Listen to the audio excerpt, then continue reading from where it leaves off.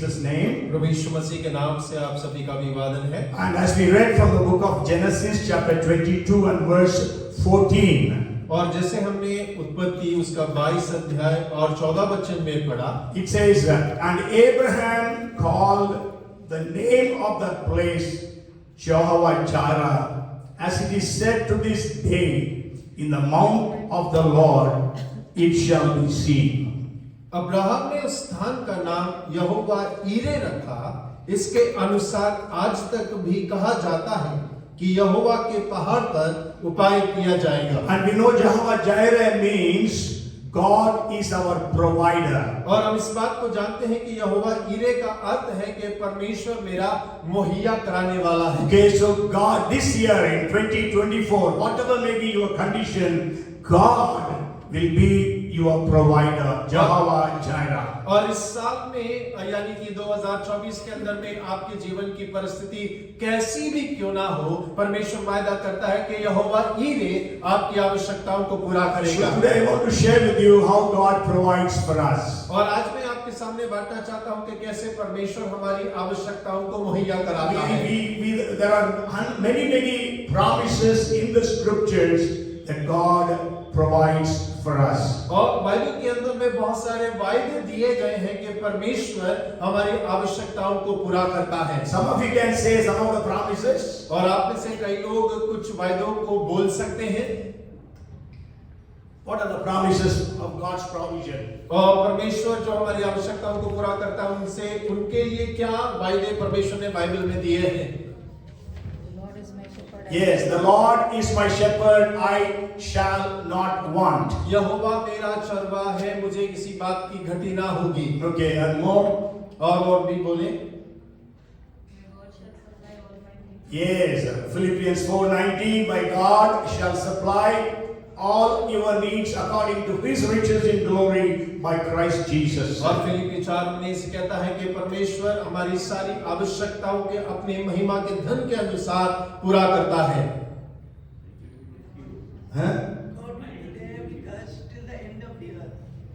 That is not provision, that is protection, we can say, power, we can say, so provision.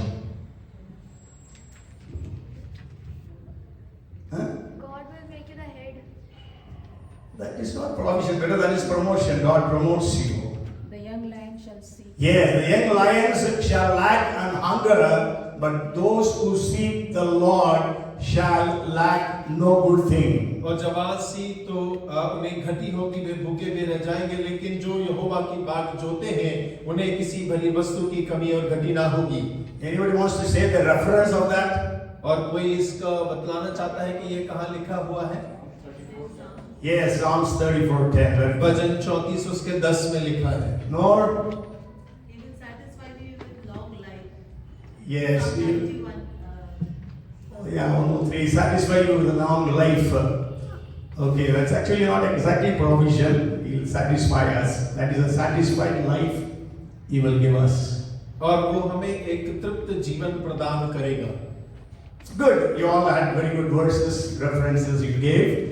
Nobody said Romans 8 and verse 32. और किसी ने Romeo 8:32 नहीं कहा। He spared not His only Son, but gave Him up for us all. How is it that He did not give all things freely with Him?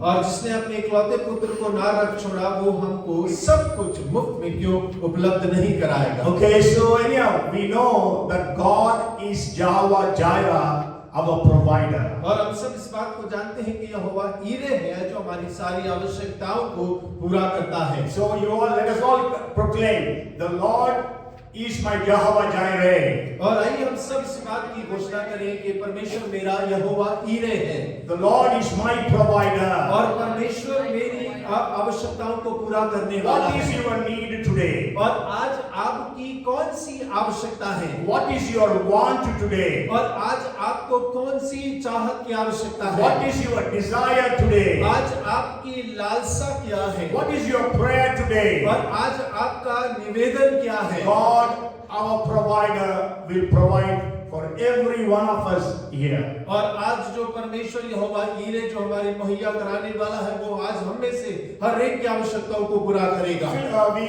We didn't read, but somebody quoted that verse. Philippians 4:19 says, और फिलिपियों 4 उसका 19 कहता है, the Bible says, my God, actually Paul is writing to the church, the believers, the Christians of the Philippi church. और देखिए पौलुस जो है फिलिपी कलीसिया के मसीह विश्वासियों को इस बात को लिख रहा है, And he says, my God shall supply all your needs according to his riches in glory by Christ Jesus. और पौल वहां पर इस प्रकार से लिखता है कि मेरा परमेश्वर भी अपने उस धन के अनुसार जो महिमा सहित यीशु मसीह में है, तुम्हारी हर एक घटी को पूरा करेगा। It says, my God shall supply all your needs not according to your riches but according to his riches. और देखिए वहां पर इस प्रकार को कह रहा है कि मेरा परमेश्वर आपके धन के अनुसार नहीं, लेकिन उसके महिमा के धन के अनुसार आपकी सारी आवश्यकताओं को पूरा करेगा। Hallelujah.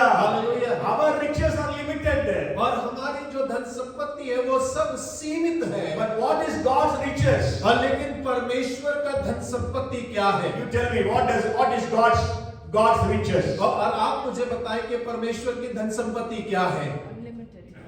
Unlimited means through verses, references. और वचन के अनुसार आप मुझे बताएं।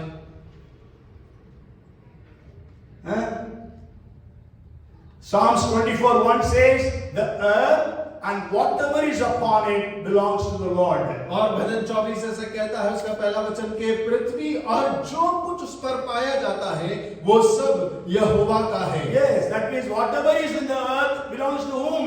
और जो कुछ पृथ्वी का है वो सब किसका है? Your father, my father. और वो आपके पिता, मेरे पिता का है। And he says he will supply all our needs according to his riches. और वो कहता है कि अपने धन के अनुसार वो हमारी आवश्यकताओं को पूरा करेगा। God says gold is mine, silver is mine. और परमेश्वर यूं कहता है कि सोना भी मेरा है, चांदी भी मेरा है। Haggai chapter 2 and verse 8. और हगाई उसका दूसरा अध्याय उसका 8वें आयत में All लिखा the है, gold and silver they belong to God. और सारा सोना चांदी परमेश्वर का है। So how many kilograms of gold is needed for you, for your needs and wants and desires? और आपकी आवश्यकताओं को, जरूरतों को और लालसाओं को पूरा करने के लिए कितना किलो सोना चांदी आपको आवश्यक है? And Psalms chapter 50 and verse 10 says, और भजन 50 उसका 10 कहता है, it says cattle of thousands of hills belong to the Lord. और वो कहता है कि पहाड़ों के हजारों भेड़ मवेशी जो हैं वो परमेश्वर के हैं। Maybe we'll read chapter 50 and verses 10 and 11. और आइए हम 50वें अध्याय के 10 और 11वें वचन को पढ़ेंगे। God is actually speaking here, for every beast of the forest is mine, and the cattle on 1,000 hills. I know all the birds of the mountains, and the wild beasts of the field are mine. और यहाँ परमेश्वर यूं कहता है, क्योंकि one के सारे जीव जंतु और हजारों पहाड़ों के जानवर मेरे ही हैं। पहाड़ों के सब पक्षियों को मैं जानता हूँ और मैदान पर चलने फिरने वाले जानवर मेरे ही हैं। So according to his riches, he will give all your needs. और वो अपने धन के अनुसार आपकी आवश्यकताओं को पूरा करेगा। You have to understand, he will give our needs, not our greeds. और आपको समझने की आवश्यकता है वो हमारी जरूरतों को पूरा करेगा, हमारे लालचों को पूरा नहीं करेगा। Okay, so God wants to meet our needs and our wants. और परमेश्वर हमारी आवश्यकता और जरूरत को पूरा करना चाहता है। Okay, so I want to share with you, as time permits, how God provides. और जैसे समय अनुमति देता है मैं आपके सामने रखना चाहता हूं कि कैसे परमेश्वर मुहैया कराता As है। I was studying the Bible, I understood God gives us in 5 different ways. और जब मैं बाइबल का अध्ययन कर रहा था तो मैं इस बात को समझ पाया कि परमेश्वर हमें 5 तरीकों से हमारी आवश्यकताओं को मुहैया पूरा करता है। The first is God provides for us supernaturally. और सबसे पहला है कि परमेश्वर हमारी आवश्यकताओं को अलौकिक रीति से पूरा करता है। Okay, that is the verse that we read in 22:14 of Genesis. और वही वचन जो उत्पत्ति 22 उसके 14 में हमने पढ़ा। Maybe 13th verse says, then Abraham, 22:13, then Abraham lifted his eyes and looked, and there behind him was a ram caught in a thicket by its horns. So Abraham went and took the ram and offered it up for a burnt offering instead of his son. और 22 उत्पत्ति 22 उसके 13 में लिखा है, तब Abraham ने आंख उठाई और क्या देखा कि उसके पीछे एक मेढ़ा अपने सींगों से एक झाड़ी में फंसा हुआ है।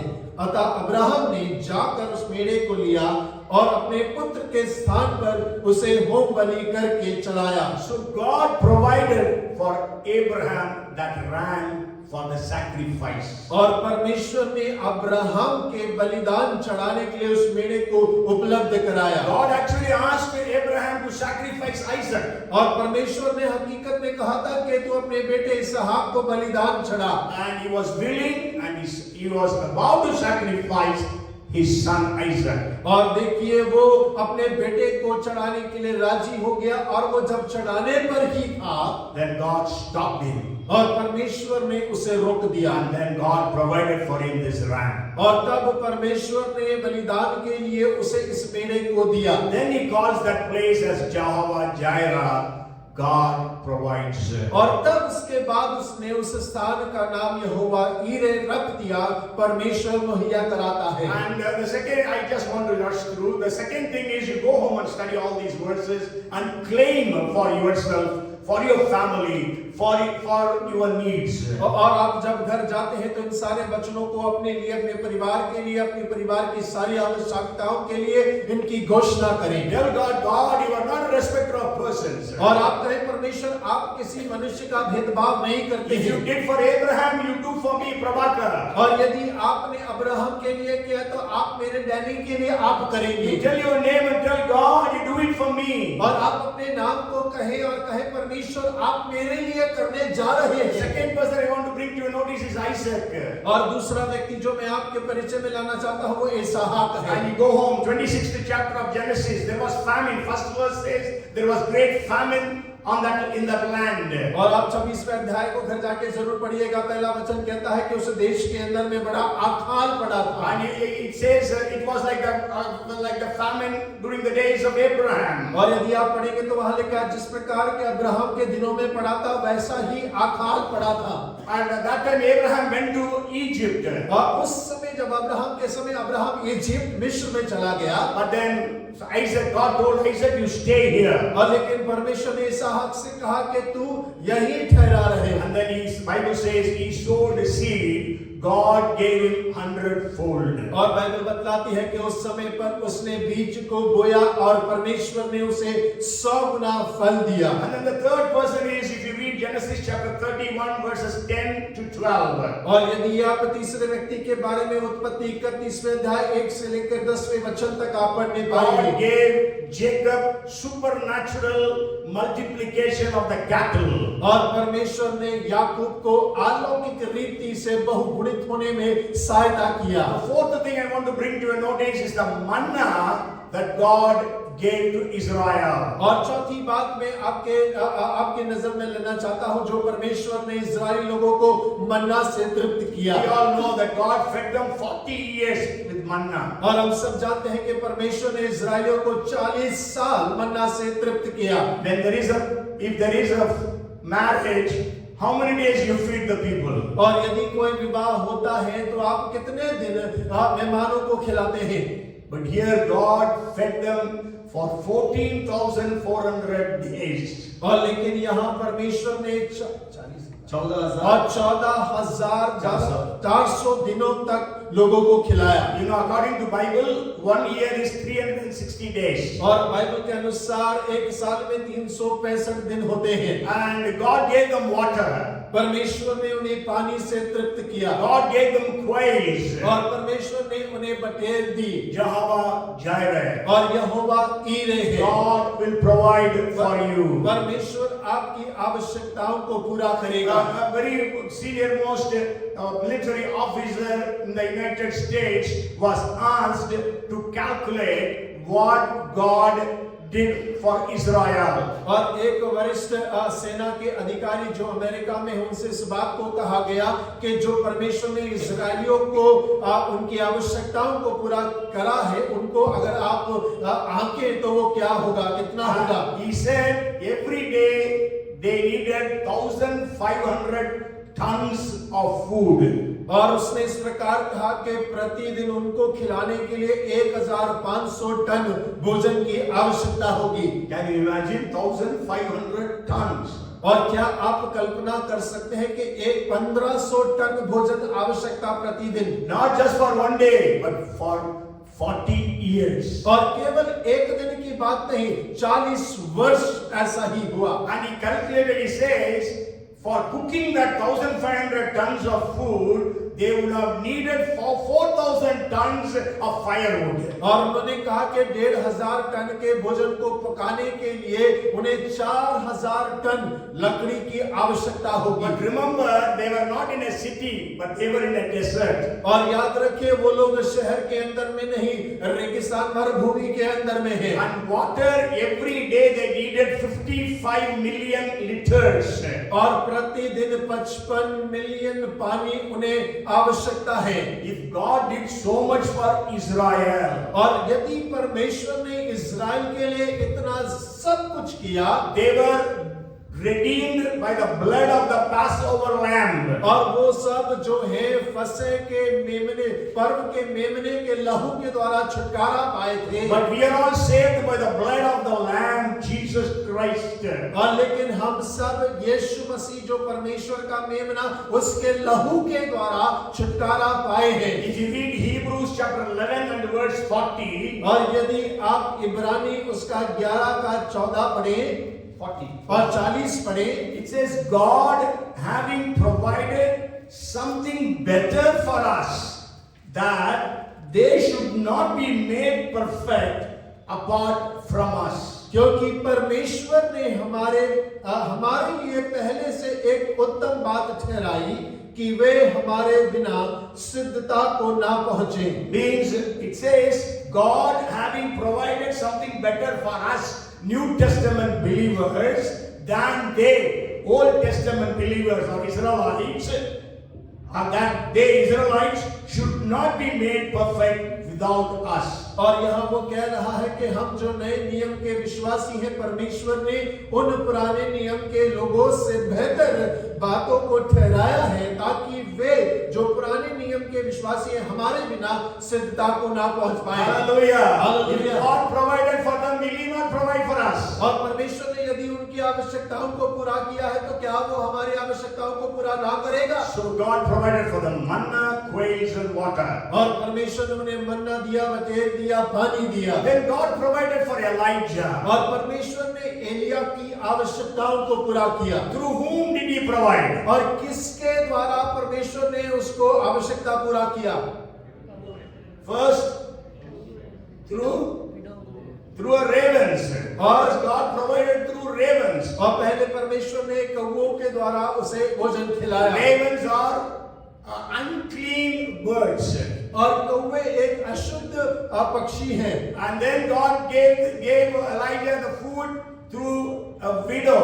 और उसके बाद में परमेश्वर ने एक विधवा के द्वारा उसे भोजन खिलाया। And we also know there was a supernatural provision. A handful of flour was used to cook food for almost 3 years. और हम इस बात को जानते हैं कि वहां पर भी परमेश्वर ने अलौकिक रीति से कार्य किया। मुट्ठी भर आटा जो है 3 साल तक उन्हें खिलाता रहा। And then God fed Elijah through an angel. और उसके बाद में परमेश्वर ने एलिया को एक स्वर्गदूत के द्वारा भोजन कराया। So will not God provide for your needs? और क्या परमेश्वर आपकी आवश्यकताओं को पूरा नहीं करेगा? He is Jehovah Jireh. और वो यहोवा ईरे है। And then we read about the provision that God gave through Elisha. और हम फिर इस बात को देखते हैं कि एलीशा के द्वारा परमेश्वर ने किस प्रकार कार्य किया। We know the widow's oil was multiplied. और हमने इस बात को पढ़ा, जानते हैं कि उस विधवा के घर का तेल जो है वो गुणित होता चला गया। We read it in 2 Kings 4th chapter. और हम दूसरे राजा उसके 4थे अध्याय में पढ़ते हैं। Even in the same chapter, towards the end of the chapter, we read about there were 100 prophets who came, and Elisha had only 20 loaves of bread. और देखिए उस अध्याय के अंत में आपको देख पढ़ पाएंगे कि वहां हजारों भविष्यवक्ता आए और 100 भविष्यवक्ता आए, लेकिन उसके पास करीब 20 रोटियां ही थी। And then God multiplied that. और परमेश्वर ने उसे गुणा कर दिया। And Elisha tells Gehazi, gather the remaining fragments. और एलिशा गेहाजी से कहता है बचे हुए टुकड़ों को बटोर लो। And also there was a supernatural provision during a very severe famine in the 7th chapter of 2 Kings. और दूसरे राजा के 7वें अध्याय में जब वहां पर बहुत ज्यादा अकाल पड़ा, तब परमेश्वर ने फिर से एक अलौकिक कार्य के द्वारा जरूरत को पूरा किया। You know, the famine was so severe. According to the 6th chapter, women cooked their own children for food. और आप जानते हैं अगर 6ठे अध्याय को पढ़ते हैं तो अकाल इतना भयानक था कि स्त्रियों ने भोजन के लिए अपने ही बच्चे को मार के पका लिया। For a head of a donkey, they paid 1 kilogram silver. और एक गधे के सर को खरीदने के लिए लोग 1 किलो चांदी दिया करते थे। 80 shekels, it says 80 shekels in today's terms is 1 kilogram. और वहां पे 80 शकेल लिखा हुआ है, इसका मतलब आज के नियम से वो उस भार में आता है। But the next day, after Elisha prophesied, 7.5 liters of atta and maida, white flour and all was available just for 11 grams of silver. और देखिए जब एलिशा ने भविष्यवाणी किया उसके बाद में अगले ही दिन इतना सब कुछ जो है मैदा आटा सब जो है वो 11 ग्राम चांदी में मिलने लग गया। Okay, so then we know in the New Testament Jesus multiplied. और हम जानते हैं नए नियम के अंदर में यीशु मसीह ने भी वहां पे गुणा को किया। Again it was in the desert. और फिर से वो एक जंगल में थे। With 5 loaves he fed more than 5,000 men apart from women and children. और देखिए 5 रोटियों के द्वारा उसने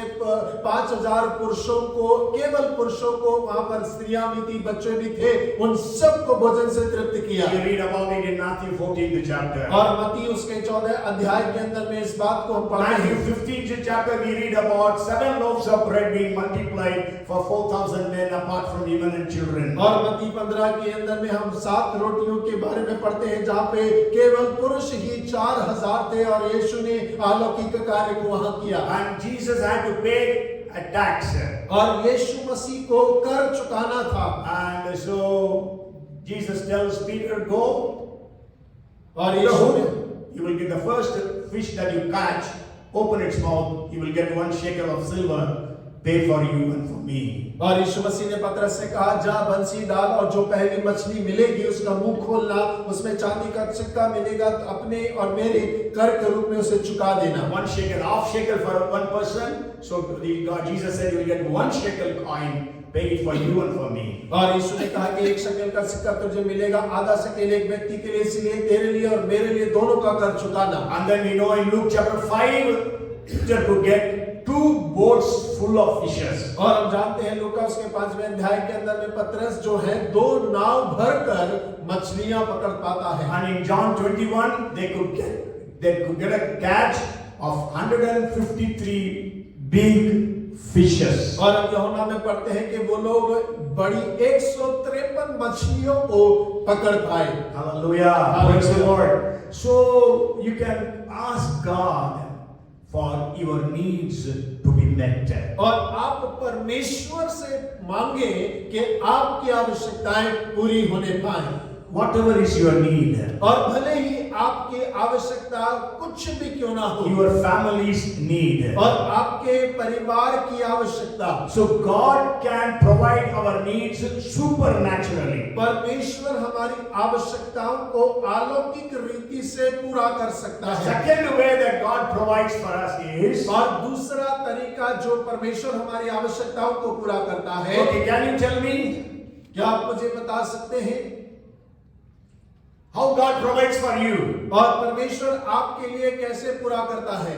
Because every one of us does not have supernatural provision. और आप देखिए हम सब के पास में शायद अलौकिक उपलब्ध ना हो, Okay, but we are eating our food, we are having clothes, we are having shelter, we are having all our needs met, medical and our children's studies, everything. So how God is providing for you and me? और हम सब की आवश्यकताएं पूरी हो रही है, हम खा पा रहे हैं, पहन पा रहे हैं, अपने घरों में रह पा रहे हैं, सारी दवाइयों की जितनी भी आवश्यकता है, बच्चों की पढ़ाई की, लिखाई की, सब पूरा हो रहा है, तो कैसे परमेश्वर उसे पूरा करता है?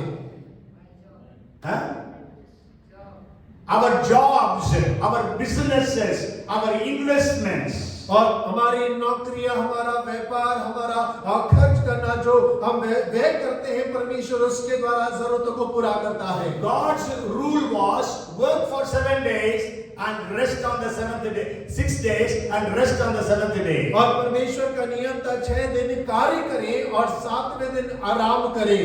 You know, there is a study, research that says since United States declared, it was United States who first of all declared 5-day week. और जानते हैं कि एक अध्ययन किया गया था और सबसे पहला देश जिसने केवल 5 दिन हफ्ते में कार्य करने का वो अमेरिका था घोषणा करने वाला। Okay, now it is almost in every country. और अभी ये हर एक देश में लागू किया I जाता didn't है। remember it, otherwise I have got it somewhere written in my notes. So which year it was? So after that, the economy of US went down very significantly, that research says. और वो परिणाम इस प्रकार कहते हैं कि वो 5 दिन के कार्य करने की घोषणा के बाद में अमेरिका का जो अर्थव्यवस्था है बहुत तेजी से वो नीचे की ओर गिरने लगा। Okay, so God provides us naturally by through our jobs, our businesses, our investments, or whatever you are earning for. और परमेश्वर स्वाभाविक रीति से हमारी आवश्यकताओं को पूरा करता है, आपकी नौकरी के द्वारा, व्यापार के द्वारा, आप किसी भी रीति से जो कमाते हैं उसके द्वारा। And God's promise is there for us that He would bless the works of our hands. और परमेश्वर का वायदा हमारे लिए है कि वो हमारे हाथ के कामों को आशीषित करेगा। Genesis chapter 28 and verse 12 says, और उत्पत्ति 28 उसका 12 वचन कहता है, God says, I will bless the works of your hands. और परमेश्वर कहता है कि मैं तेरे हाथ के कामों को आशीषित करूंगा। God desires that we work with diligence. और परमेश्वर की लालसा ये है कि हम बड़ी ईमानदारी के साथ में कार्य को करें। If you read Ecclesiastes chapter 9 and verse 10, और यदि आप सबोपदेशक उसका 9 अध्याय पढ़े, it says, whatever, now the dust, और 9 का 10 पढ़े, whatever your hand finds to do it with your might. और वो कहता है कि जो कुछ तेरा हाथ पाए करने के लिए अपने पूरे बल से उसे कर। Yes, whatever you are doing, maybe you are in a government job, maybe you are in a private job, whatever job you are having, do it with your strength, with your might. और आप भले ही आप कुछ भी क्यों ना करते हो, आप सरकारी कार्य करते हैं, प्राइवेट करते हैं, आप जो भी करते हैं अपने पूरे बल के साथ अपने कार्य को पूरा करें। And even Paul goes on to say, whatever you are doing, remember that you are doing it for the Lord. और पौल वहां पर इस प्रकार कहता है कि जो कुछ आपको करने के लिए दिया गया स्मरण रखो कि आप परमेश्वर के लिए उसे करते हो। Maybe we can read that verse from the book of Colossians, chapter 3, verses 23 and 24. और कोलोसियों 3 अध्याय उसका 23 और 24 को हम पढ़ सकते हैं। Maybe we can read even the 22nd verse.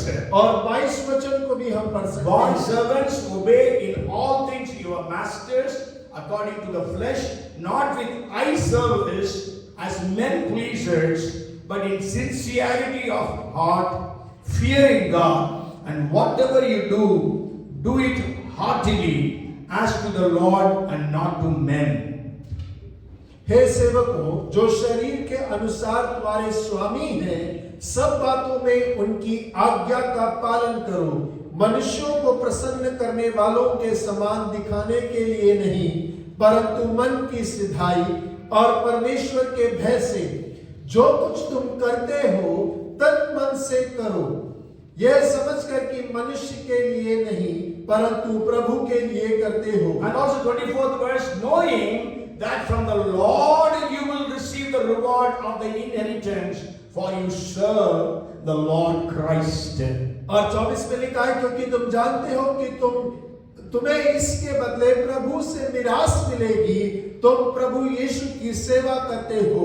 Yes, so we have to be diligent. और हमें बड़े ईमानदारी के साथ में कार्य करना है। Even if you read Proverbs chapter 13 and verse 11, और यदि आप नीति वचन उसके 13 उसका 11 पढ़ेंगे, wealth gained by dishonesty will be diminished, but he who gathers by labor will increase. 13 and verse 11 of Proverbs. और निर्धन के पास माल नहीं रहता, परंतु जो अपने परिश्रम से बटोरता उसकी बढ़ती होती है।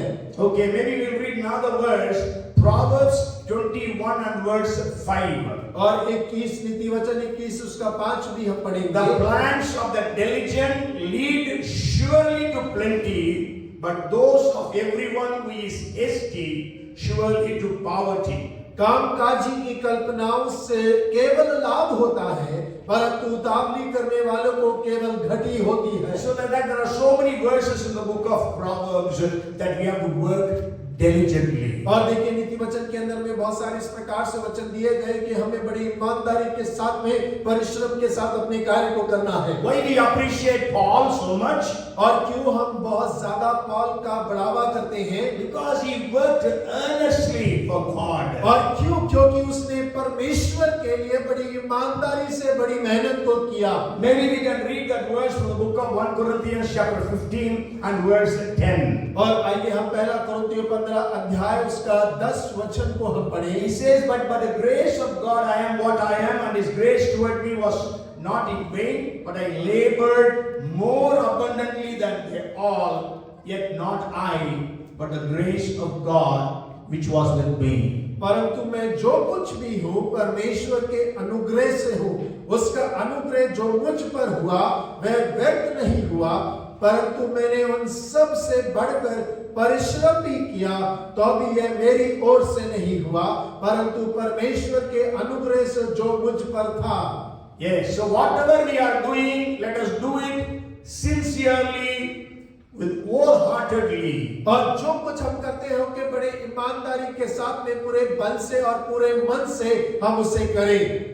We say if the maids in the house does not work, we say काम चोर. और यदि हमारे घर में काम वाली आती है, अगर वो काम ठीक से नहीं करती तो हम उसको कहते हैं काम चोर है। Okay, so are we काम चोर today? और क्या आज हम काम चोर हैं? जब when your boss is looking at you, you are working hard. When he is not there, you are wasting the time. और जब आपका स्वामी जो है वहां पर है तो आप परिश्रम कर रहे हैं, लेकिन जब वो नहीं है तो आप समय को बर्बाद करते हैं। Even children who are studying, how are you studying? और जो बच्चे पढ़ाई कर रहे हैं, आप कैसे पढ़ाई करते हैं? When the parents are there, you study, show yourself to be studying, but they are not there. You watch TV, you are playing on the mobile. Then the time of study, study. और देखिए जब माँ बाप हैं तो आप पढ़ते हैं बड़ी ईमानदारी से, जब मम्मी पापा नहीं है आप मोबाइल में टीवी में अपने समय को बर्बाद कर देते हैं। जब आप पढ़ रहे हैं तो ईमानदारी से अपने समय को उसके लिए खर्च करें। Deuteronomy 8:18 says, और व्यवस्था विवरण उसका 8:18 कहता है, God gives us the strength to earn the wealth. और परमेश्वर हमें धन संपत्ति कमाने के लिए बल देता है। And also Bible says the riches come from the Lord. और बाइबल ये भी कहती है कि धन संपत्ति परमेश्वर की ओर से ही मिलता है। And when God adds riches, He will not add sorrow. और जब परमेश्वर हमारे लिए संपत्ति या धन को जोड़ता है, उसके साथ में दुख दर्द को जोड़ता नहीं है। And so there were some people in the Bible, we can read that they were blessed abundantly because they were blessed by the Lord. और बाइबल के अंदर हम कई लोगों के बारे में पढ़ सकते हैं कि वो परमेश्वर के द्वारा बहुतायत से आशीष को पाए, क्योंकि परमेश्वर ने उन्हें आशीष दिया। If you read about Abraham, Genesis chapter 13 and verse 2, और यदि आप उत्पत्ति उसके 13 उसके 2 में अब्राहम के बारे में पढ़ेंगे, Abraham was very rich in livestock, in silver and in gold. Abraham भेड़ बकरी गाय बैल और सोना रुपए का बड़ा धनी था। Yes, Isaac, it says in 26:13 of Genesis, और आइसक के बारे में 26 के 2 में लिखा है, the man began to prosper and continued prospering until he became very prosperous. और वो व्यक्ति जो है वो आशीषित होता चला गया तब तक के जब तक वे बहुत आशीषित नहीं हो गया। And if you read Genesis chapter 30 and verse 43, और यदि आप 30 का 43 पढ़ते हैं, about Jacob it says, thus the man became exceedingly prosperous and had large flocks, female and male servants, and camels and donkeys. और इस प्रकार वह पुरुष अत्यंत धनंजय हो गया और उसके बहुत सी भेड़ बकरियां और दास दासियां और ऊंट और गधे हो गए। And if you read Job chapter 1 and verse 10, और यदि आप अय्यूब उसका 1 का 10 पढ़ें, Satan actually was telling God about Job like this. और वहां पर शैतान जो अय्यूब के बारे में इस प्रकार कहता है, He is telling God, God, have you not made a hedge around him, around his household, and around all that he has on every side? You have blessed the work of his hands, and his possessions have increased in the land. और शैतान वहां परमेश्वर से इस प्रकार कहता है, क्या तुमने उसकी और उसके घर की और जो कुछ उसका है उसके चारों ओर बाड़ा नहीं बांधा? तूने तो उसके काम पर आशीष दी है और उसकी संपत्ति देश भर में फैल गई है। So through your work, through your business, through your investments, God provides your needs, your wants, your desires. परमेश्वर आपकी नौकरी के द्वारा, आपके व्यापार के द्वारा, आपके हाथों के कार्य के द्वारा परमेश्वर आपकी आवश्यकताओं को पूरा करता है, आपको आशीष देने के And द्वारा। the third way God provides, और तीसरा तरीका जिससे परमेश्वर हमें हमारी जरूरतों को पूरा करता है, through our ancestral properties. और हमारे पुरखों की संपत्तियों के द्वारा। Okay, I'm not going to explain. Maybe we will just read one verse. Proverbs chapter 13 and verse 22. और नीति वचन 13 उसका 22 हम पढ़ेंगे। It says, a good man leaves an inheritance to his children's children. और वहां लिखा, भला मनुष्य अपने नाती पोतों के लिए संपत्ति छोड़ जाता है। Yes. Okay, and then the fourth way God provides. और चौथा तरीका जैसे परमेश्वर हमारी आवश्यकताओं को पूरा करता है। Tell me, how God provides. कैसे परमेश्वर आवश्यकताओं को पूरा करता है? Maybe you are in the ministry, how God provides. और हो सकता है कि आप सेवकाई में होंगे, परमेश्वर कैसे आपकी आवश्यकताओं को पूरा करता है? Because you don't have a regular salary, you don't have things like that. So how God provides. और क्योंकि आपको निरंतर तनख्वाह नहीं मिलती है, आपके पास कोई कमाई का साधन नहीं, परमेश्वर कैसे आपकी आवश्यकताओं को पूरा करता है? Because you left everything and followed Jesus. और आपने सब कुछ छोड़ा और यीशु मसीह के पीछे आप चल रहे हैं। How God provides. और परमेश्वर कैसे आपकी आवश्यकताओं को पूरा करता है? Huh? Through people. और लोगों के द्वारा। How God provides? Through people God provides. और कैसे परमेश्वर करता है? लोगों के द्वारा परमेश्वर पूरा करता है। Jesus said in 6:38 of Luke, और लूका 6:38 में यीशु मसीह ने कहा, give and it shall be given unto you, pressed down, runneth over, a good measure, men will pour into your bosom.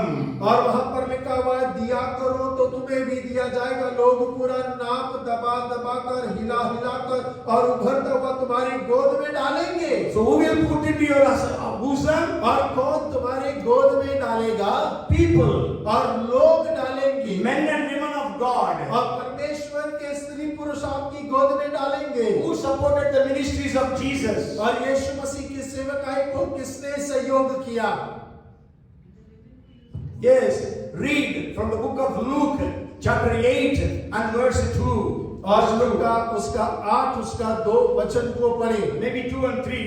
और 2 और 3 को हम पढ़ते हैं। Certain women who had been healed of evil spirits and infirmities, Mary called Magdalene, out of whom had come 7 demons, and Joanna, the wife of Chuza, Herod's steward, and Susanna, and many others who provided for him from their substance. और कुछ स्त्रियां भी थी जो दुष्टात्माओं से और बीमारियों से छुड़ाई गई थी, और वे ही हैं वे ये हैं, मरियम जो मगदलीन कहलाती थी, जिसमें से 7 दुष्ट आत्माएं निकाली थी, और हेरोदेस के भंडारी खोजा की पत्नी वाना और सुसन्ना और बहुत सी अन्य स्त्रियां, वे अपनी संपत्ति से उसकी सेवा करती थी। Philippian church provided for Paul's ministry. और फिलिप की कलीसिया पौल की सेवकाई की आवश्यकताओं को पूरा करती थी। Okay, Bible says in 16 and verse 2 of Romans that Phoebe provided for Paul's and others' needs. और रोमियो 16वें अध्याय में आप देखेंगे तो फीबा जो है वो पौल की और अन्य सेवकों की सेवकाई में सहयोग करती है। Macedonian churches provided for the needs of Paul, even other churches. That's what we read in 2 Corinthians chapter 8 and verse 9. और दूसरा कुरिन्थियों 8 उसके 9 में हम इस बात को पढ़ते हैं कि मैसेडोनिया की कलीसिया पौल की सेवकाई को सहयोग करता है। And you know, church at Antioch, they provided for the church of Jerusalem when there was a worldwide famine, according to the 11th chapter of Acts. और प्रेरितों के 11वें अध्याय के अनुसार हम देखते हैं कि अंताकिया की कलीसिया ने जेरूशलेम की कलीसिया को सहयोग किया जब संसार भर के अंदर में अकाल था। And with a couple of testimonies, one is we all have heard of George Muller. और एक कई गवाहियां हैं, जैसे हम सब ने जॉर्ज मुलर के बारे में सुना है। He never used to ask for money from anyone. और वो कभी किसी से पैसा नहीं मांगा करते But थे। he was taking care of more than 10,000 orphans in Bristol in United Kingdom. और यूनाइटेड किंगडम ब्रिस्टल शहर के अंदर में 10,000 बच्चों, अनाथ बच्चों की वो देख रेख किया करते थे। And it is said in today's value, he received 1,000 crores of Indian rupees, in Indian rupees terms. 1,000 crores. That was 900 million pounds, isn't it? 90 million pounds. और देखिए आज के अनुसार ऐसा कहा जाता है कि भारतीय मूल्य के अनुसार उसे 1,000 करोड़ की आर्थिक सहायता उन दिनों में उपलब्ध हुई थी। And when I was preparing this message, and yesterday or today I remembered this. और मुझे याद नहीं है कि जब मैं इस संदेश को तैयार कर रहा था या उससे पहले कब मैंने इस बात को देखा। I was with another ministry when I was in Bihar. और जब मैं बिहार में सेवा कर रहा था तो दूसरी सेवकाई के साथ में जुड़ा था। Now I don't know exactly remember how many of us were there. We are about 25 to 30 missionaries from Tamil Nadu as well as some converts from Bihar who were in the ministry. और देखिए मुझे याद नहीं कितने लोग, लेकिन तमिलनाडु से, बिहार से जो उद्धार पाए थे वे सब एक साथ में एक जगह इकट्ठा थे। No, we were in different cities. और हम अलग-अलग शहरों के अंदर में सेवा कर रहे थे। We were doing ministries in different places. और हम अलग-अलग शहरों के अंदर में सेवकाई को कर रहे थे। And that time there was no funds that was coming to that organization. और उस संस्था के पास में कहीं से कोई आर्थिक सहायता नहीं आ रहा था। And I know we didn't have kerosene to cook food. We just mixed the atta in the water and we ate. और हमें याद है कि हमारे पास मिट्टी का तेल भी नहीं था कि स्टोव जलाकर हम खाना पका सके, इसीलिए हमने केवल आटा घोला और पी लिया। And we didn't have soap to wash our clothes. और हमारे पास कपड़े धोने के लिए साबुन नहीं था। We walked 30 kilometers. We didn't have money to buy a cup of tea. और हम 30 किलोमीटर चलते हमारे पास एक चाय का प्याला लेने के लिए पैसा नहीं होता। Okay, in that situation, one man came from Kodaikanal, Tamil Nadu. और उस परिस्थिति के मध्य में एक व्यक्ति तमिलनाडु के कोडाइकनाल स्थान से आता है। His name is Pathak, that I remember. Ashok Pathak. और उनका नाम अशोक पाठक था। Though he was from Tamil Nadu, Pathak means he should have been a North Indian. और देखिए पाठक का सब नाम सुनते ही हम समझ जाते हैं उत्तर भारत के हैं, लेकिन वो दक्षिण भारत से आए थे। And he came there to Deri on Son in Bihar. और देरी ऑन सोन बिहार में वो वहां पर आए। And he gave every one of us 2 sets of clothes. और उन्होंने हम सबको 2 जोड़ी कपड़े दिए। And also he gave so many things. 6 months ration. और 6 महीने का राशन हमें दिया। I don't remember how many of us were there. About 30 people of us, we were there. And he provided all these things. और मुझे नहीं मालूम, लेकिन इतना है कि करीब 30 लोग थे, लेकिन उन्होंने सभी के लिए सारी जरूरतों को पूरा किया। And I don't know how many sarees to the women there. और कितनी औरतों को कितने साड़ियों को उन्होंने दिया। And he got soaps, gifts, or whatever you name, he gave everything to us. और जो कुछ आप नाम लीजिए उन्हें सारी आवश्यकताएं जो हमें आवश्यक थी वो सब पूरा किया। So God provides through men. और परमेश्वर लोगों के द्वारा जरूरतों को पूरा करता है। So the first God provides supernaturally. और पहला परमेश्वर अलौकिक रीति से आवश्यकता पूरी करता है। Second, through our labors. और दूसरा हमारी मेहनत के द्वारा। Third, through our ancestral property. और तीसरा हमारे पुरखों की संपत्ति के द्वारा। And fourth, through men and women of God. और चौथा है परमेश्वर के लोगों के द्वारा आवश्यकताओं को पूरा करता है। You know, today thousands and thousands of ministries and ministers are being supported by people. और हम जानते हैं कि आज सैकड़ों सेवक और सेविकाएं हैं जो लोगों के द्वारा आर्थिक सहयोग किया जा रहा And है। the fifth thing I'm not going to share, and that is transfer of wealth. The Bible speaks about transfer of wealth.